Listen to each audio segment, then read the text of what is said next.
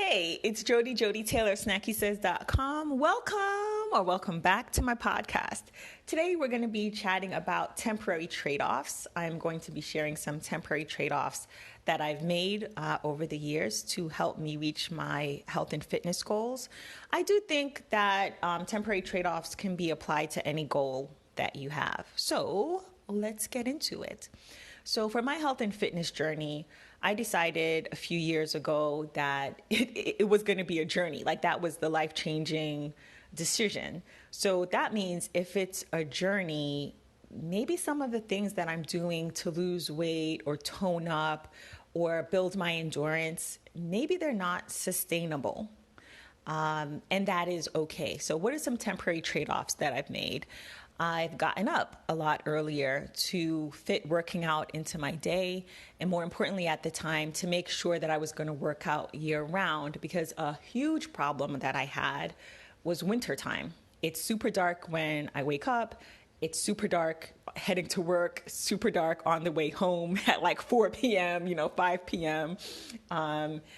And I just struggled to keep up a workout routine year round. So what I did was I got up at 4:30 or 5:30 because it was always dark at that time, no matter the time of year. I'm going to split the difference and say it was 5. I forget the exact time right now.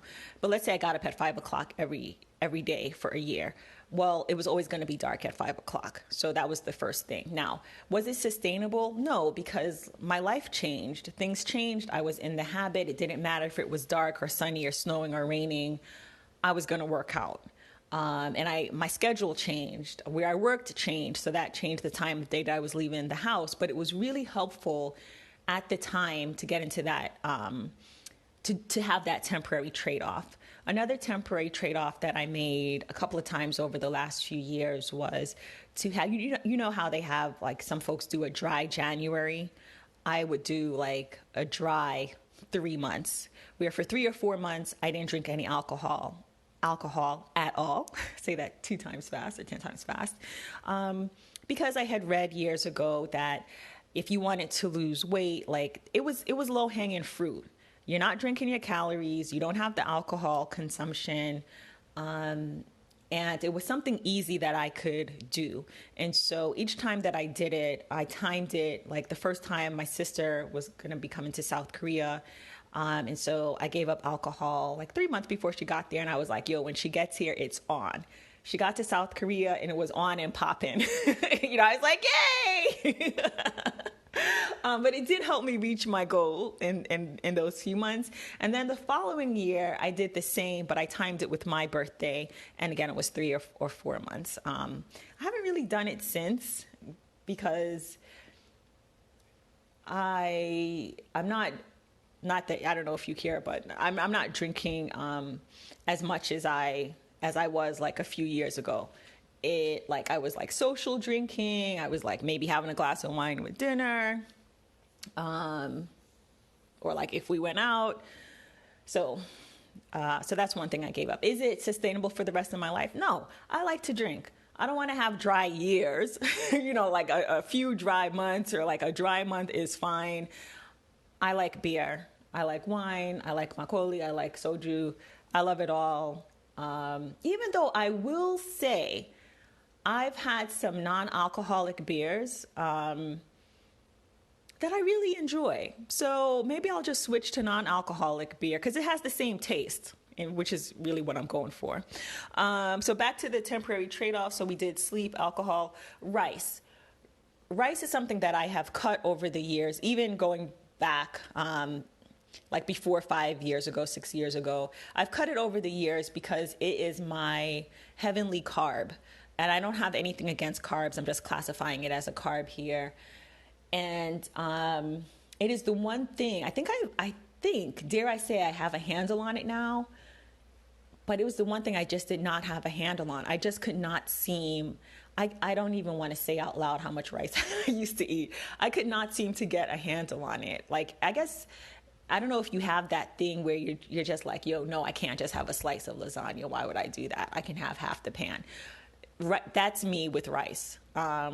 or it was. And so I've made the choice to temporarily give it up. Is it sustainable? No, it's not. I am going to eat rice. Now, I went like a year, because on my birthday, or the day before my birthday, was the last time I had rice, over a year ago. And then this past birthday, I had rice, and it was okay, which is really annoying. It was just okay.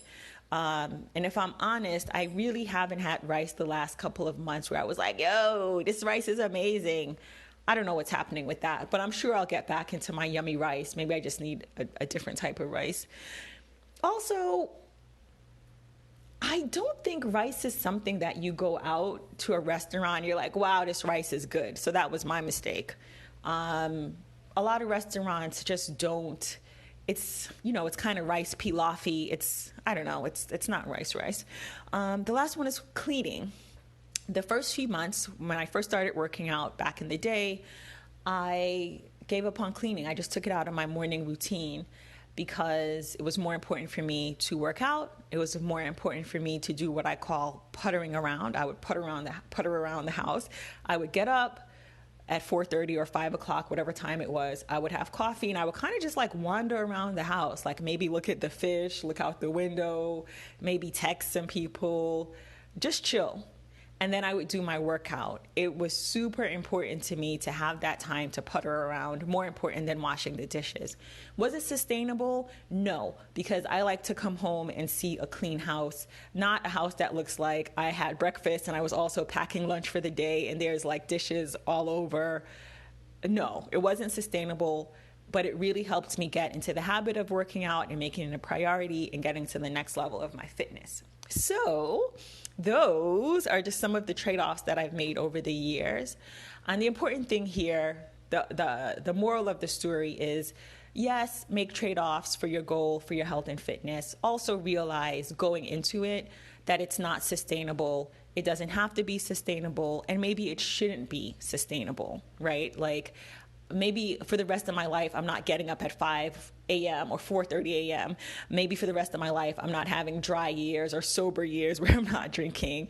Maybe for the rest of my life, I want to eat rice. Like, I just want to. And what was the last thing? And cleaning. That's, like, we got to clean, right?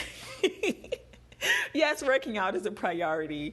But once it was a habit and I knew that I was going to work out no matter what, I could get back into my cleaning routine, and that helped me with my emotional state, like coming home to a clean house. So it's just about trade-offs. We can't always go hard. We can't always be in a clean home and then feeling kind of low energy because we're not moving our body. There are going to be trade-offs. So that really is it. Thank you for listening. This is Joddie Taylor of SnackySays.com. Whatever your goals are, I hope that you reach them and that you have fun in the process, because once you reach that goal, I'm sure there's going to be something else that you want to do. So take a moment to enjoy your success. And I wish you all the best on your health and fitness journey, or again, any goal you're trying to reach. Thanks for listening.